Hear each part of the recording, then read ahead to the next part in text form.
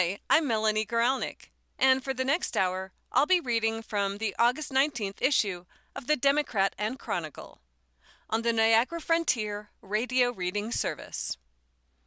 The first story is two New York State parks rank among nation's top tick-borne illness hotspots by Victoria Frail. Walking in wooded areas throughout New York? Be aware of ticks. Nationally, about 31 million people are bitten by ticks each year, and roughly 476,000 Americans are treated annually for Lyme disease, the most common tick-borne illness, according to the Centers for Disease Control and Prevention. World Atlas recently ranked U.S. state parks with the largest tick-borne illness burden. The publication ranked parks based on documented tick activity, published research, and first-hand accounts of infection.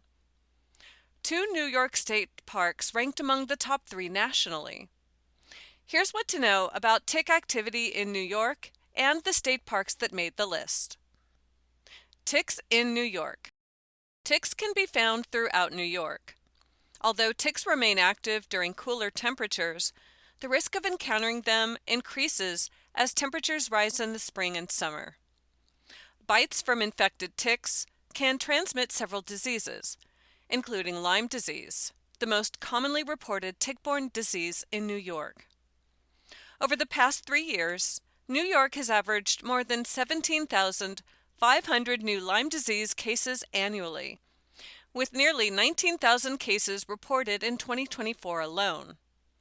Between 2024 and 2025, the number of ticks submitted to the SUNY Center for Vector-Borne Diseases and Vector Biocontainment Laboratories increased by 145%. The lab has also seen more Lone Star ticks and dog ticks, which previously were not commonly found in central New York. Deer ticks remain the most prevalent. Quote, "Every year, the number of people who encounter ticks is increasing, which means that people are putting themselves in the way of ticks and they get bitten by them," said Saravanan Thagamani, the lab's director. New York State parks with the most tick activity. Two New York State parks ranked among the top 3 on World Atlas's list of parks with documented tick activity, published research, or first-hand accounts of tick-borne illness. Green Lake State Park in Onondaga County ranked number 2. The 2,030-acre park is centered around 2 glacial lakes and surrounded by upland forests. A lab team from SUNY Upstate Medical University collected and tested adult deer ticks at the park and confirmed the presence of infected ticks along its nearly 20 miles of trails. Harriman State Park in Rockland and Orange counties ranked number 3. The park covers more than 48,000 acres and has about 200 miles of hiking trails.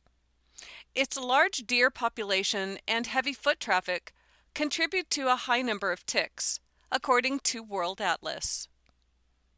Pine Grove Furnace State Park in south-central Pennsylvania topped the list.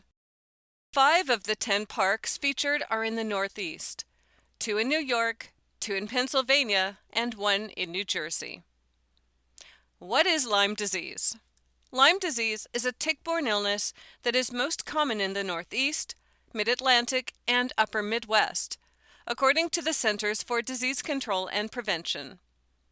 Common symptoms include fever, headache, fatigue, and a skin rash called erythema migrans. If left untreated, Lyme disease can spread to the joints, heart, and nervous system. Most people recover fully when Lyme disease is diagnosed and treated with appropriate antibiotics. How is Lyme disease treated? People treated with antibiotics during the first early stages of Lyme disease typically recover quickly and fully.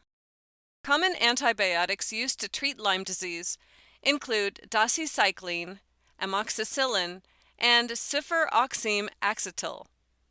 People with certain neurologic or cardiac complications may require additional treatment. The best approach, however, is preventing tick bites and checking for ticks after spending time outdoors. How to prevent tick bites. New York's Department of Health recommends the following precautions for people who hike, work, or spend time in wooded areas. Number 1. Wear long pants, long-sleeved shirts, and closed-toe shoes. Number 2. Keep long hair tied back. Number 3. Stay on trails wherever possible. Number 4. Check for ticks frequently while outdoors and brush them away before they attach. Number 5. Perform a full-body tick check several times during the day and again when you return home.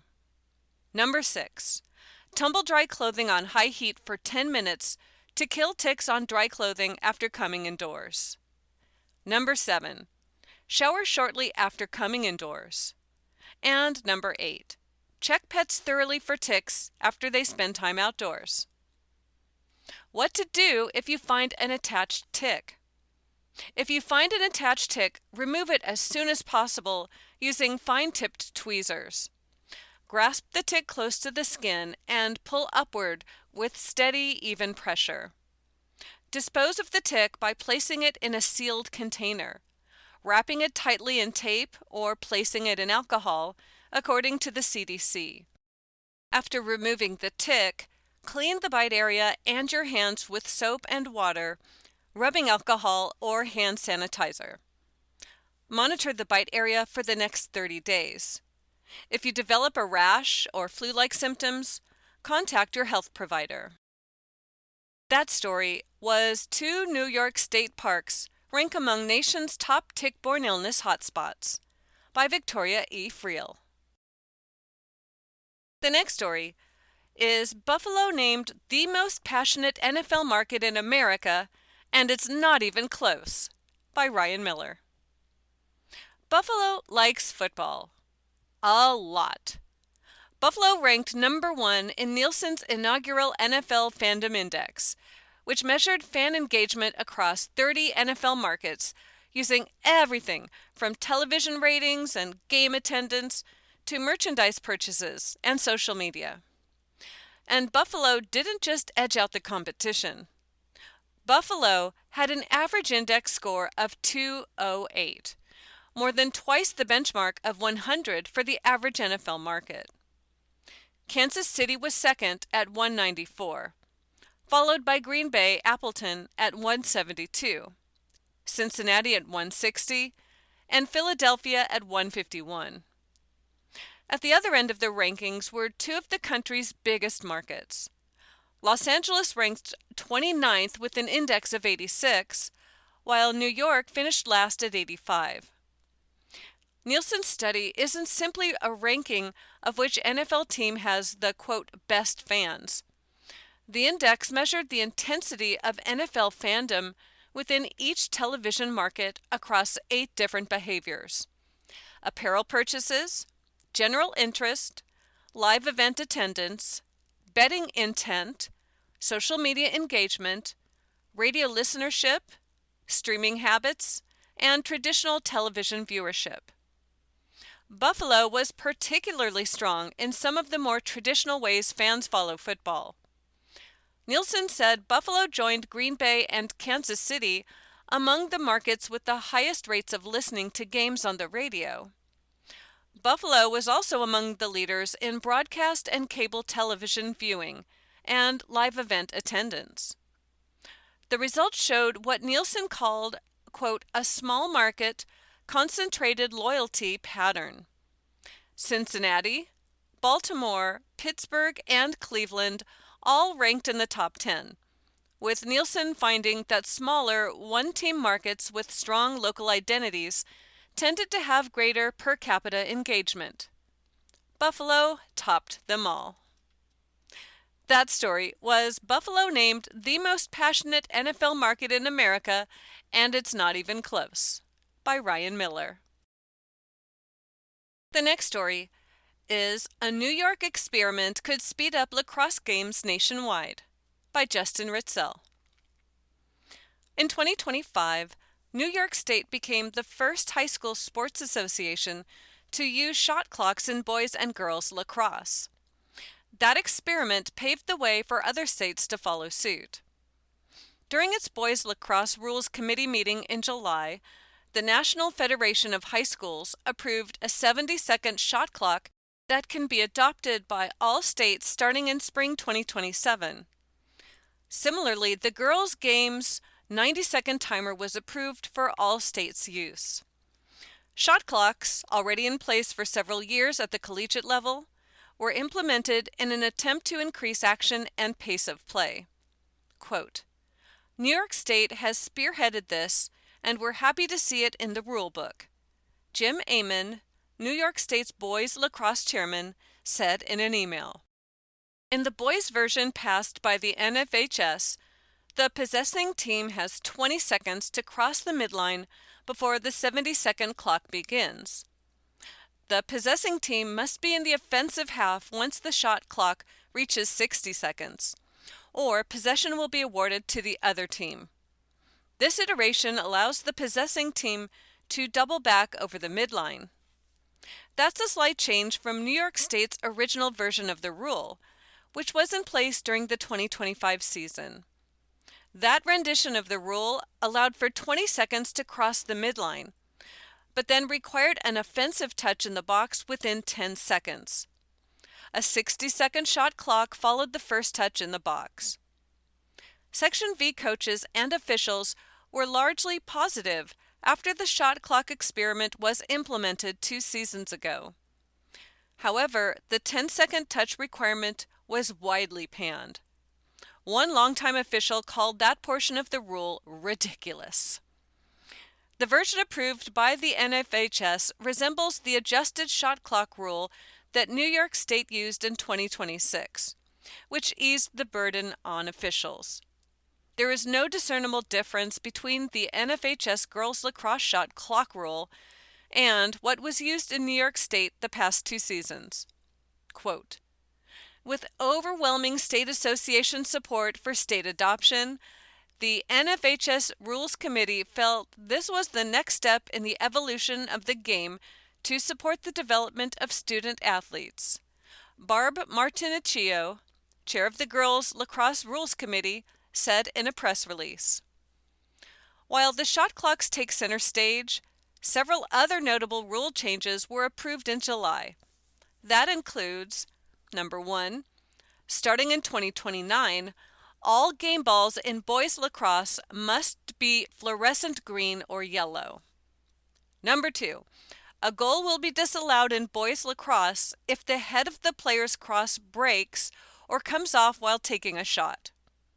Number 3, in girls lacrosse, home teams must wear white uniforms beginning in the 2031 season. And number 4, girls lacrosse players cannot switch sticks in the field of play during live action. They can receive a new stick at the bench area only after properly entering and exiting the substitution zone. That story was A New York Experiment Could Speed Up Lacrosse Games Nationwide by Justin Ritzel. The next story is Iconic NYC Pizzeria Opening Its First Upstate New York Location by Alexandra Rivera. Patsy's Pizzeria, the famous Manhattan-based pizza chain founded in 1933, is opening its first upstate New York location in Ithaca on Thursday, August 27th. The chain, which has locations throughout New York City, Rockland, and Westchester counties, is partnering with Promise Hospitality Group at the Ithaca Downtown Marriott to bring its New York City-style pizza to the Finger Lakes. Patsy's Pizzeria brings its history to Ithaca. Patsy's Pizzeria was founded in 1933 by Pascal or Patsy Lancieri and his wife Carmela in East Harlem. For decades, the East Harlem restaurant became known for its coal-fired Neapolitan-style pizza and attracted celebrity fans, including Frank Sinatra. According to Patsy's, Sinatra would have the restaurant's pizzas delivered to his private jet. The restaurant also has a connection to the Godfather films. Cast and crew reportedly held table readings and dinners at the Harlem restaurant before filming began. The East Harlem location remains a New York City landmark and is credited by the restaurant with helping establish the New York-style pizza slice. In 1991, the Lancieri family transferred the Harlem restaurant and rights to its name and recipes to Frank Brija, an Albanian immigrant who had worked at the restaurant for years. The chain has since expanded beyond East Harlem, with locations across New York City and in the Hudson Valley. What's on the menu at Patsy's in Ithaca? Patsy's said the Ithaca restaurant will offer a modern take on its historic Harlem location, while retaining the recipes that made the original famous. The restaurant will feature classic New York and margarita pizzas, along with dishes such as linguine, lasagna, and chicken parmesan. Newer Patsy's locations also feature coal-fired ovens and specialty cocktails. The Ithaca location will offer daily brunch, including antipasta, salads, pancakes, waffles, and sandwiches, such as egg stracciatella, chicken parmesan, and a pepperoni spicy vodka meatball sandwich. Dessert options will include Neapolitan rum cake, zappoles, and tiramisu. When will Patsy's Pizzeria open in Ithaca? The new Patsy's Pizzeria is scheduled to open Thursday, August 27th, at the Ithaca Downtown Marriott, just steps from the Ithaca Commons. A ribbon-cutting ceremony is scheduled for 5 p.m., and the restaurant will then begin serving customers. That was Iconic NYC Pizzeria opening its first upstate New York location by Alexander Rivera. You are listening to a reading of articles and features from the Democrat and Chronicle on the Niagara Frontier Radio Reading Service. The next story is 1 killed, 4 seriously injured in crash involving medical bus and dump truck by Victoria E. Friel.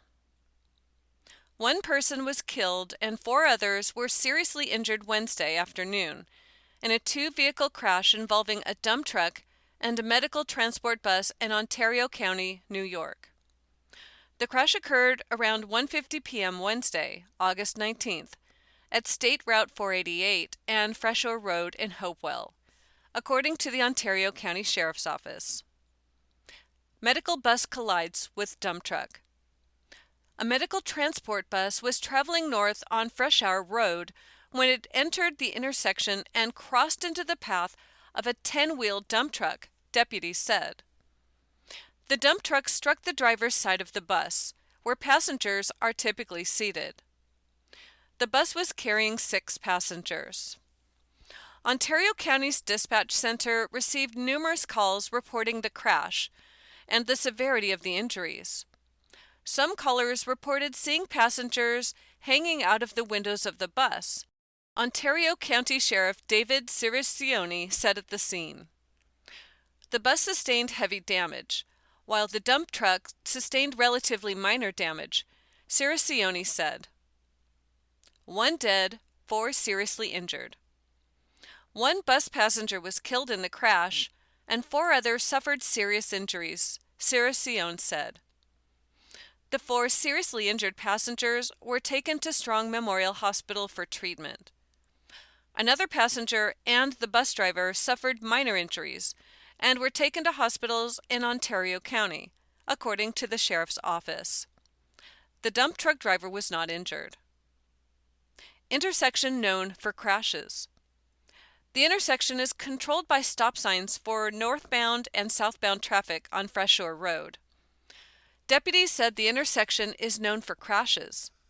Quote, specifically for northbound vehicles that are going to cross Route 488, it is a challenge, deputies said at the scene. You have to stop and definitely take an extra second to make sure nobody's coming from either direction. Investigation continues. Deputies are investigating the fatal crash. The identities of the passengers involved has not been released Wednesday. Deputies also were working to determine which company operated the medical transport bus. That story was 1 killed, 4 seriously injured in crash involving medical bus and dump truck, by Victoria E. Friel. The next story is 5 New York State beaches closed to swimming over water quality concerns, by Victoria E. Friel. 5 swimming beaches at New York State parks are closed due to water quality issues, including harmful algal bloom and turbidity, according to the State Department of Parks, Recreation, and Historic Preservation.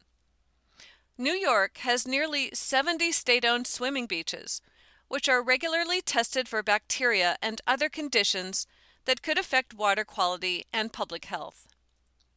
The State Parks Department tracks the results of weekly testing and updates the public on beach closures and advisories. Test results generally are available about 24 hours after samples are collected. As of mid-August, a handful of swimming beaches have already closed for the season. Most remain open through Labor Day. Which New York park beaches are closed for swimming?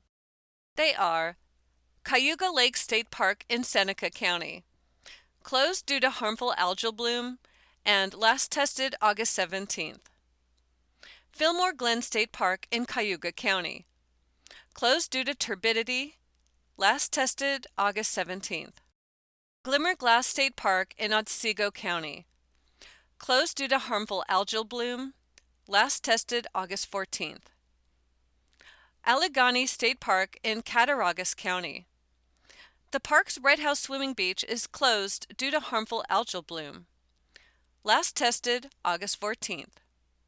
Note, the park's second beach, Quaker Lake, is open for swimming. Taconic State Park in Dutchess County. The park's Red Pond swimming area is closed due to harmful algal bloom. Swimming access at Copake Falls has ended for the season. Last tested August 11th. Currently, no state park swimming beaches are under advisory. What sparks a beach closure in New York state parks?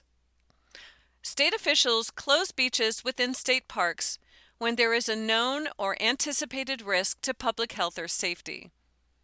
Whenever this occurs, signs are posted and the public is notified 18 to 24 hours after an elevated concentration of bacteria occurs. The causes of elevated bacteria levels are not always clear. They may be related to land uses in the watershed, stormwater runoff, naturally occurring sand or soil bacteria, or other factors. Closure decisions are based upon monitoring results in combination with other factors that influence water quality, including water conditions including sewage overflows, cold temperatures or high waves, environmental conditions including thunderstorms, heavy rain and strong winds, and historical data. What bacteria does New York test for? Freshwater samples are analyzed for E. coli and ocean samples are tested for Enterococcus. A freshwater sample result equal to or above 235 E. coli colonies or 100 milliliters exceeds the state standard. This applies to all regions of the Empire State except Long Island. An ocean sample result equal to or above 104 Enterococci colonies, or 100 milliliters, exceeds the state standard. This applies only to the Long Island region. How does New York classify beach closures after testing? Beach closures are placed in one of two categories. Category 1 beaches. These beaches can remain open with an advisory.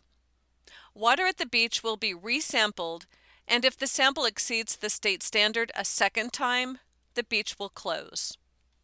Category 2 beaches. The beach is automatically closed until a satisfactory sample is received. What are the most common reasons for beach closures in New York? Number 1. Common reasons for beach closures include exceedance. Bacterial indicator levels exceed the state standard. Number 2, predicted exceedance. Model. A model based on environmental conditions predicts that water quality is poor. Number 3, predicted exceedance. Rainfall. Because of recent heavy rain, it is predicted that water quality is poor. Number 4, high waves. Waves or rough conditions. Number 5, turbidity. Cloudy water that could prevent lifeguards from being able to see swimmers. Number 6, no lifeguard. When lifeguards are not available, beaches are closed. Number 7, closed for end of season. Beach closed for the season. And lastly, cold water. Temperatures below 50 degrees Fahrenheit. That story was 5 New York State beaches closed to swimming over water quality concerns, by Victoria E. Friel. The next story is Schumer seeks $5 million for upgrades at Finger Lakes Veterans Cemetery, by Korea Weaver. U.S. Senator Chuck Schumer stood alongside veterans at the New York State Veterans Cemetery, Finger Lakes, August 17th, to launch his push in securing $5 million in federal funding to improve infrastructure, expand capacity, and enhance security at the cemetery. The cemetery, located in Seneca County, is a nationally recognized memorial that honors hundreds of thousands of veterans, including 33 Purple Heart recipients connected to the historic Sampson military installations. The grounds originally housed the Sampson College for returning GI Bill veterans from 1946 to 1949, and then later served as the Sampson Air Force Basic Military Training Center. In an effort to improve the site, Schumer announced his push for $3 million in federal funding in the fiscal year 2027 Transportation, Housing, and Urban Development Appropriations Bill to create a safer and more accessible gateway. In addition to these funds, Schumer said, he is pushing the U.S. Department of Veterans Affairs National Cemetery Administration to approve New York State's applications for 2 veterans cemetery grants. This would provide over $2 million in additional federal support for cemetery expansion, infrastructure improvements, and headstone maintenance. Quote, as we celebrate our country's 250th anniversary this year, we must honor the service and sacrifices of Americans who have served in the armed forces, Schumer said in a statement. That is why I am here today to launch my push for nearly $5 million in federal support to make critical upgrades to this historic veterans cemetery. I'm proud to launch my push for over $5 million to ensure that our nation's veterans have the dignified resting place they have earned after fighting to protect our freedom.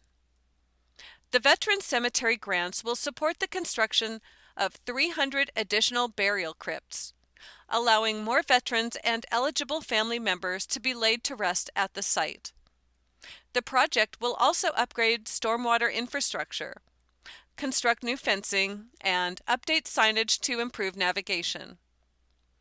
Michael Nozzolio, chairman of the Friends of the New York State Veterans Cemetery and former NYS senator, said they are extremely grateful for Schumer's support to enhance the cemetery.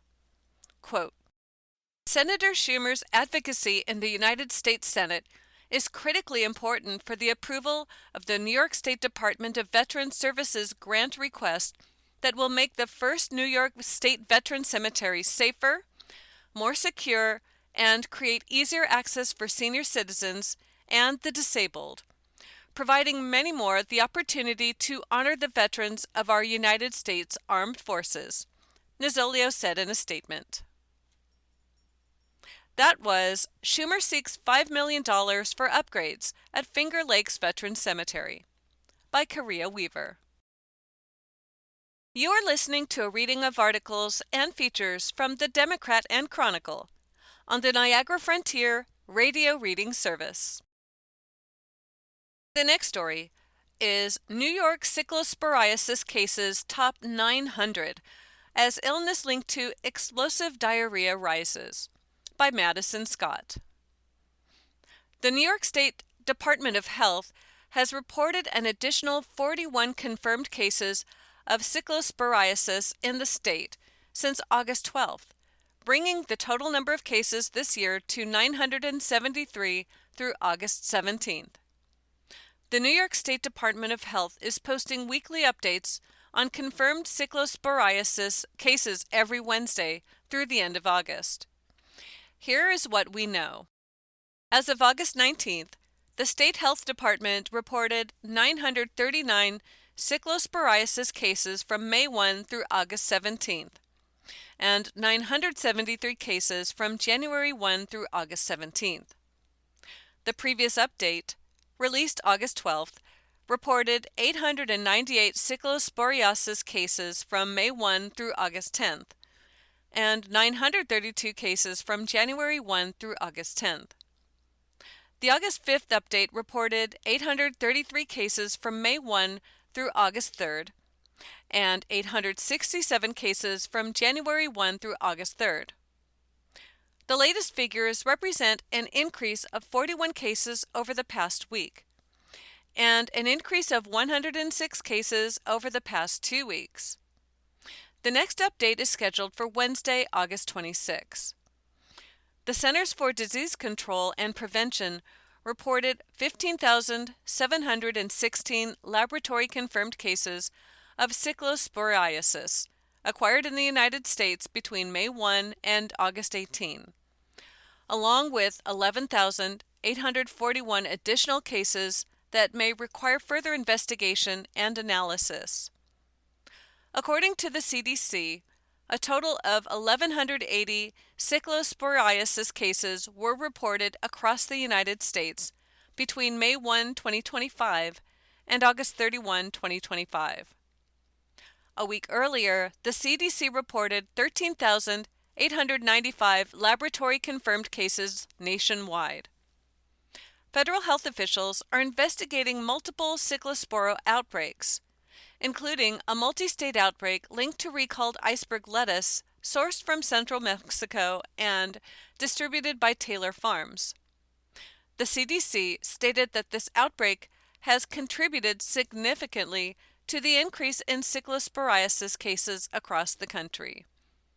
New York is not among the states identified in that outbreak. What is cyclosporiasis?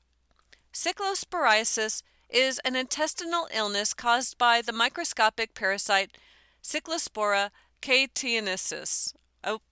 Caetanensis. People became infected by consuming food or water contaminated with the parasite. In the United States, outbreaks have often been linked to fresh produce, including cilantro, basil, salad mixes, snow peas, and raspberries.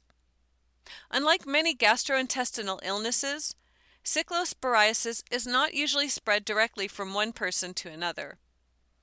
Symptoms can include frequent explosive diarrhea, stomach cramps, nausea and vomiting, loss of appetite, weight loss, fatigue, bloating, and muscle aches. Symptoms typically begin about a week after exposure, but can take up to 2 weeks to develop. Without treatment, the illness can last for weeks or longer. How to reduce your risk. Health officials recommend the following steps when handling fresh produce. Wash your hands before and after handling fruits and vegetables. Clean and sanitize cutting boards, knives, and food preparation surfaces. Scrub firm produce, such as melons and cucumbers, with a clean produce brush. Remove bruised or damaged areas of produce. Rinse fresh produce thoroughly under running water before eating. Refrigerate cut, peeled, or cooked fruits and vegetables promptly. Cook food when possible, as heat can kill the parasite. When to seek medical care. Cyclosporiasis is usually not life-threatening, but severe diarrhea can cause dehydration. particularly among older adults, young children, and people with weakened immune systems. Anyone experiencing persistent diarrhea, signs of dehydration, severe abdominal pain, or symptoms lasting more than several days should contact a health provider. That story was New York Cyclosporiasis Cases Top 900 as Illness Linked to Explosive Diarrhea Rises by Madison Scott. The next story is Josh Allen has perfect response when offered a snow game in new commercial by Ryan Miller. Josh Allen was offered a snow game. He didn't need much convincing. The Buffalo Bills quarterback stars alongside Matthew Stafford and Micah Parsons in a New Era commercial promoting the company's 2026 NFL Sidelines collection. The three NFL stars are shown in dramatic slow-motion close-ups, wearing New Era caps while braving the elements. Rain and snow fall around Allen and Parsons, while Stafford gets considerably nicer weather. The camera pulls back to reveal the three players standing together in front of a green screen. "Snow game?" Parsons asks Stafford. "No chance," Stafford responds. Allen leans over. "I'm in." Allen knows about playing football in the snow. He also has a little more authority on hats than the typical NFL quarterback. His official title is Director of Billustration at New Era. Why is Josh Allen the Director of Billustration? Allen was asked to draw the Bills logo from memory as an NFL rookie in 2018 and produced a blue buffalo that was a little more well-fed than the real thing. Allen admitted at the time that his drawing looked a little chunkier than the actual logo. "I like to eat, so," he explained. The drawing became known among Bills fans as the potato. 7 years later, Buffalo-based New Era turned the joke into a job title. New Era named Allen its first director of Billustration on July 16, 2025, and announced that he received an investment stake in the company. Allen became New Era's first brand ambassador to receive an equity stake. The company also turned Billustration into a charitable project.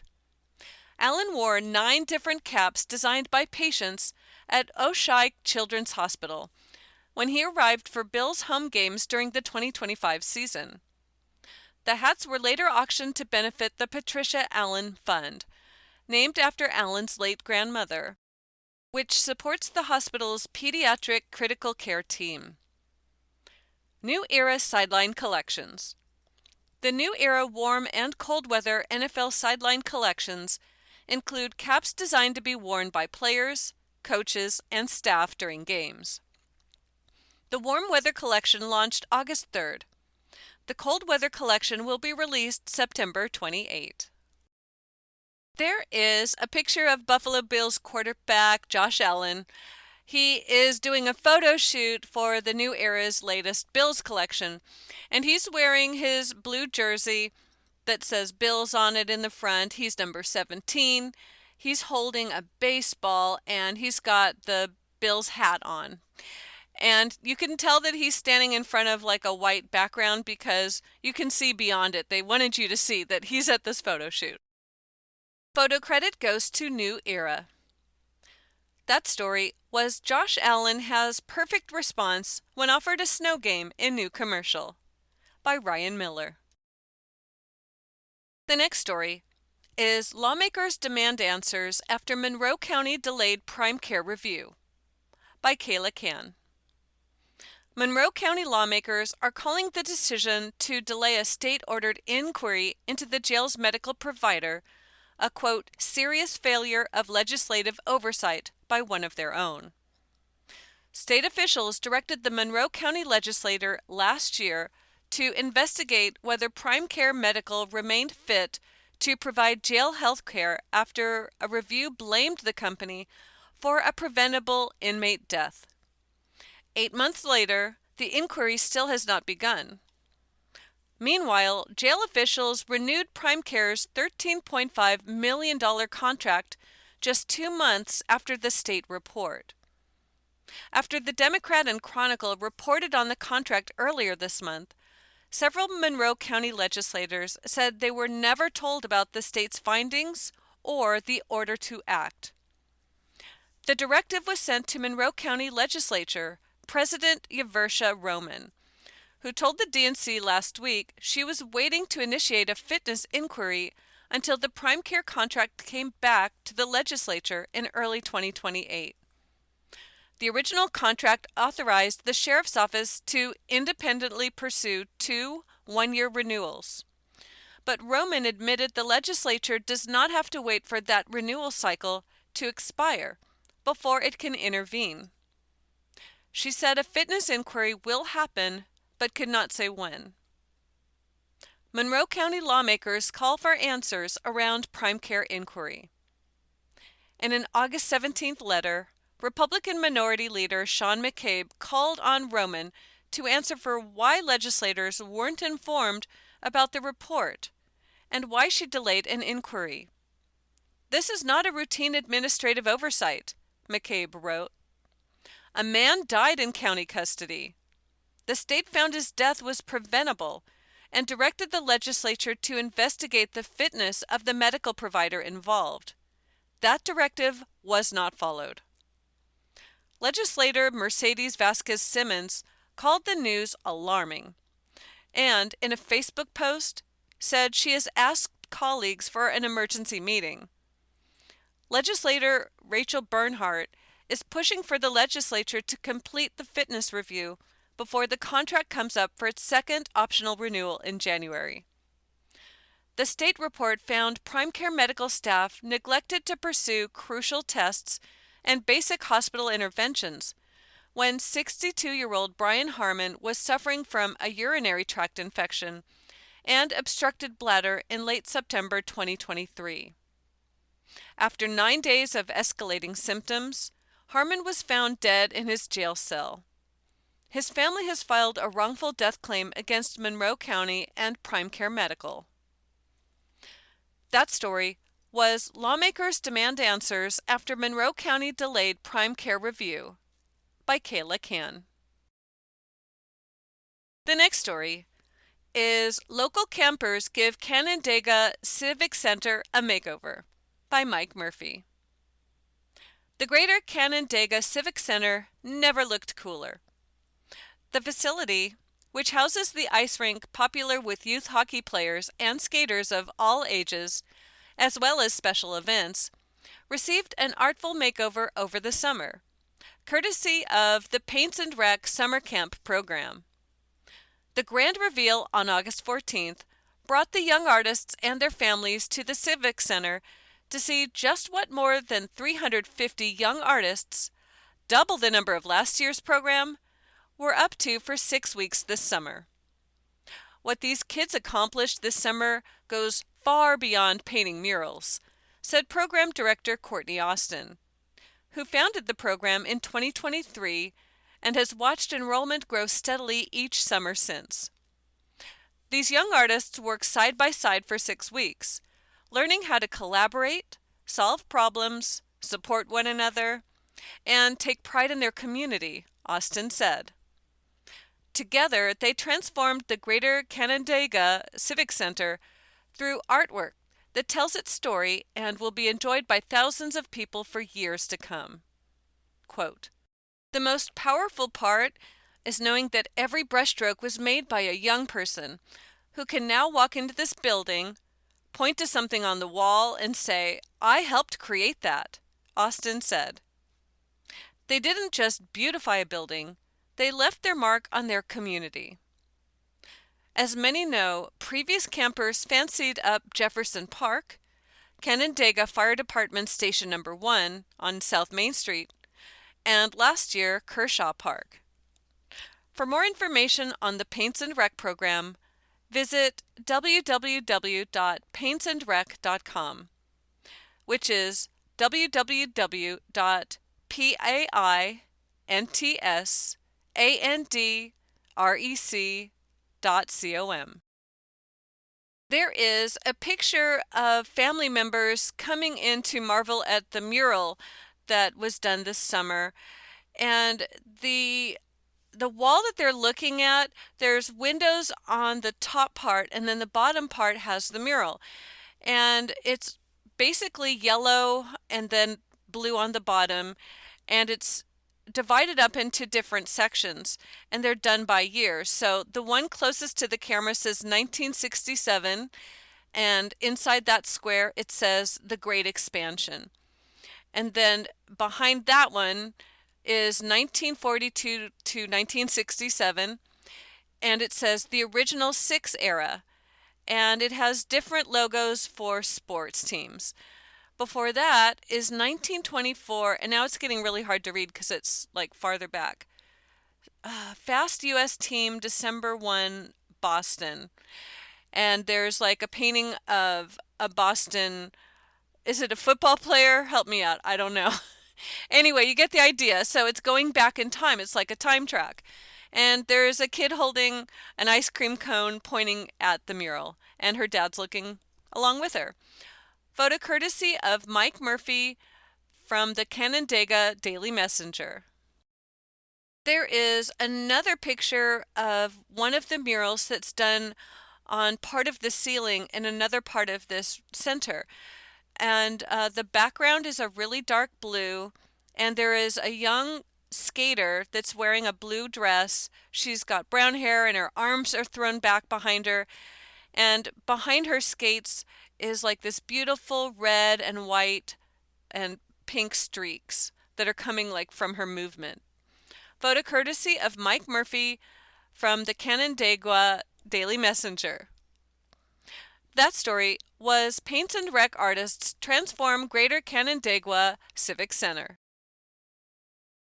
You are listening to a reading of articles and features from the Democrat and Chronicle on the Niagara Frontier Radio Reading Service. The next story is Who has Trump endorsed in New York? See his 2026 picks for governor and Congress by the USA Today Network. President Donald Trump has endorsed a number of Republican candidates running in New York races ahead of the 2026 midterm elections, backing both incumbents and challengers in congressional and statewide contests. Among the New York Republicans who have publicly received Trump's endorsement are Nassau County Executive Bruce Blakeman, who is running for governor, Attorney General candidate Saritha Kamath-Reddy, and congressional candidates and incumbents including Mike Lawler, Claudia Tenney, Nick Langworthy, Nicole Malliotakis, Nick LaLota, Andrew Garbino, Peter Oberacker, and Anthony Constantino. Trump's endorsements have been announced at various points throughout the election cycle and have come through several channels, including posts on his Truth Social account. What issues has Trump highlighted? In his endorsements, Trump has praised candidates for supporting priorities associated with his America First agenda, including border security, tax cuts, domestic energy production, and law enforcement. Which New York candidates has Trump endorsed? Trump's publicly announced New York endorsements include Bruce Blakeman, Republican candidate for governor; Saritha Kamath-Reddy, Republican candidate for Attorney General; Mike Lawler, U.S. House; Claudia Tenney, U.S. House; Nick Langworthy, U.S. House; Nicole Malliotakis, U.S. House; Nick LaLota, U.S. House; Andrew Garbarino, U.S. House; Peter Oberacker, U.S. House; and Anthony Constantino, U.S. House. The list may not be exhaustive. Endorsements have been announced at different times throughout the election cycle, and public tracking databases can lag behind more recent announcements. These candidates are among the New York Republicans who have publicly received Trump's backing heading into the November election. That story was Who Has Trump Endorsed in New York? See his 2026 picks for governor and Congress by USA Today Network. The next story is Waterview Heights closure draws fresh scrutiny over safety by Kayla Can and Korea Weaver. A man's death after falling from a third-story window at Waterview Heights has increased scrutiny of the nursing home as regulators race to relocate residents ahead of the facility's forced closure next week. The 229-bed facility will close August 25th, after federal officials pulled Medicare and Medicaid provider agreements, a last resort sanction after the Charlotte nursing home operator failed to address basic health and safety violations. State officials will oversee the transfer of residents to other facilities. Waterview Heights has failed years of inspections. The termination comes after the New York State Department of Health ordered Waterview Heights to pay the full $560,000 fine for failing to do any corrective actions and continue another 60-day hold on admitting new residents. On August 17th, police said a man in his 60s died after falling from a third-floor window. Details have not been released about how the window was open or if the man was a resident. Richard Mallett, the executive director of the Long-Term Care Community Coalition, said the death should be a call to action for state health officials and policymakers. Quote, "If the building was on fire, you wouldn't just be taking these residents out one by one over a 2-week period or whatever," he said. "You would be all hands on deck to make sure that everyone was taken care of. In my mind, it's that kind of emergency situation. I mean, people falling out of windows? That's unbelievable." Mallett said more needs to be done to safeguard residents during the upcoming transition, whether that includes immediate emergency placement in hospitals or assigning temporary managers to oversee operations until the closure. Waterview Heights Rehabilitation and Nursing Center was long flagged as a special focus facility, meaning it was subject to more frequent inspections and penalties because of a history of serious concerns. A federal website where families can compare nursing home options simply rates the facility with a big yellow warning sign. Quote, "All hands should have been on deck a long time ago," Mallett said. That's just so utterly horrific. Who knows what else is going on that made that fall possible? I would be terrified if a loved one of mine was there. He said the lack of intervention has now forced concerned families into an impossible situation. Mallett urged families to visit their loved ones to maintain oversight of their care. He said families should be directly involved in the transfer placement process and should seek new, complete medical evaluations once outside of Waterview Heights.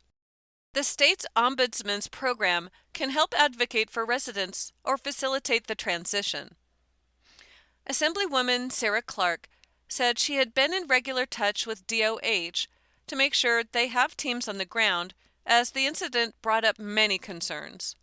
Quote, "This has been years in the making with Waterview. They have been shown to not only not fix the egregious errors that continue to be found, but more continue to be found as these inspections have gone on between both CMS and DOH," Clark said. "I feel like the writing on the wall has really been there." Clark emphasized that officials have not released details about the circumstances of the death. Following August 17th's incident, Clark worries that the transfer isn't quite the handoff they were expecting. "From my understanding of yesterday's tragedy, this place does have a psych unit and has some people who are struggling with some mental health issues, and I don't know all the details, but it is very concerning that we're not getting the services in there that we need for the residents to transfer in a safe way to a safe place," Clark said. Mary Dell Wipes, chair of Elder Justice Committee of Metro Justice, said they are relieved that Waterview Heights is being closed. For Wipes, The announcement of the center closing brings an end to a saga of egregious actions, conditions, and neglect of vulnerable people who have lived at this nursing home. But now their main concern is where the residents will be transferred. Quote, "We are concerned that the residents be transferred to substandard nursing homes and or far from loved ones," Whipsich said in a statement. "Available placements are hard to come by, especially for those on Medicaid." There is a picture of the Waterview Heights Rehabilitation Facility. It's a 3-story red brick building, and it's not really much to look at. It looks kind of ugly, to be honest. And there are several police cars and a medical examiner van parked outside. They've got some yellow caution tape, and there's a police officer on the ground. Photo courtesy of Tina McIntyre-Yee from the Rochester Democrat and Chronicle. That story was Waterview Heights Closure Draws Fresh Scrutiny Over Safety by Kayla Can and Korea Weaver. You've been listening to a reading of articles and features from the August 19th issue of the Democrat and Chronicle. Your reader has been Melanie Gorelnik. Thank you for listening.